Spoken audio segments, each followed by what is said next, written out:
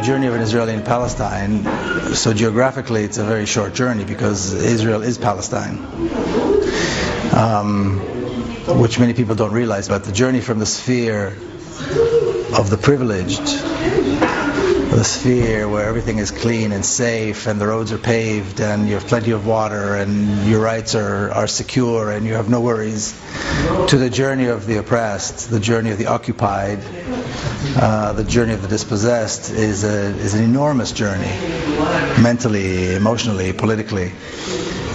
To make the transition from being an occupier to being an immigrant, from being the colonizer to being an immigrant, which is a very different place. When you come as an immigrant, you appreciate the land that you come to. Of course, as a colonizer, you come because you think you have rights and you're better than they are.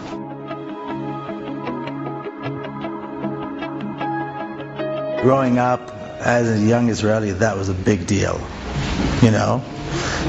It was something that I would hear constantly. You're Miko Peled's son, you're Miko Peled's son, you're Miko Peled's son. And many times it was positive, but many times it was very negative.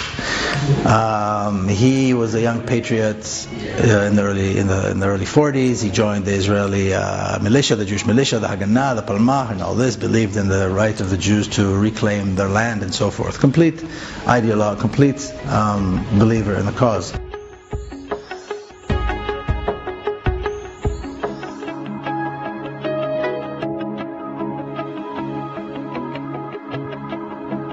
Once he retired, and this became his thing, and he began meeting with members of the PLO who were kind of open to this idea to compromise, that's when he became the enemy. That's when being the son of Miko Peled suddenly became a bad thing because he was an Arab lover.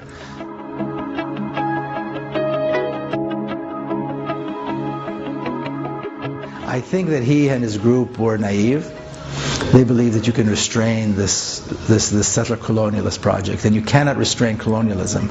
Like Frantz Fanon said, colonialism is an animal that has no restraints, it has no rationale. You cannot restrain it, you can only overpower it with more power, with more force. So is it one state or two state? The sheer stupidity of this argument, of this conversation, is sometimes shocking, because it has been a single state, it's been an apartheid state from the very beginning. This entire generation that is alive today will be judged by our stance on Palestine.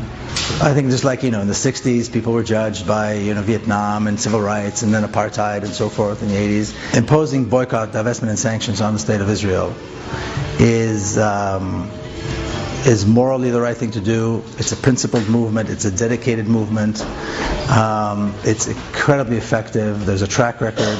There's every reason in the world to support the BDS movement and to support the BDS idea. I think this is the transformation of the racist, colonialist, apartheid regime into democracy is doable, and it is doable within a relatively short time frame. We just need to act.